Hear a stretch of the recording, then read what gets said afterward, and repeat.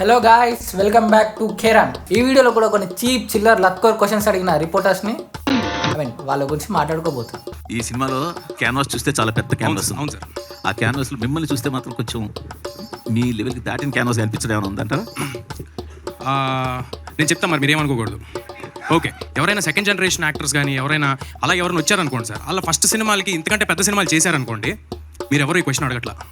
మీరు నాలంటాళ్ళు చిన్నప్పటి నుంచి ఇక్కడ ఉండి ఎన్ని సినిమాలు చేసిన పెద్దయ్యాక మళ్ళీ ఓబీబీలో క్యారెక్టర్లు చేసుకుని ఎంతో సినిమా చేసి బయట డైరెక్టర్లతో సినిమాలు చేసుకుని వచ్చి ఏదో మౌంట్ చేసుకుని కింద మీద పడి చేసి కష్టపడి ఓన్లీ ఒకటే అండి, ఇక్కడ బతకాలి అని కష్టపడి సినిమా చేస్తే మీరు అదేదో చిన్న చూపు చూసినట్టు అనిపిస్తుంది. సరిపోతారా అంటే బుర్రందా తాత అసలు? అంటే సినిమా స్కేల్ పెద్దది ఉంటే హీరో కూడా పెద్దోడు అయి ఉండాలి అని రాజ్యాంగంలో రాసుందా? రాజ్యాంగంలో ఎందుకు రాస్తారులేమ్మా? ఒక చిన్న హీరో తన టాలెంట్ని చూపించుకోవడానికి ఒక కంటెంట్ని కొత్త కంటెంట్ని తీసుకొని వస్తే దాన్ని ఎంకరేజ్ చేయాల్సింది పోయి నువ్వు దాంట్లో ఒక్కలెత్తుకుతావేంట్రా?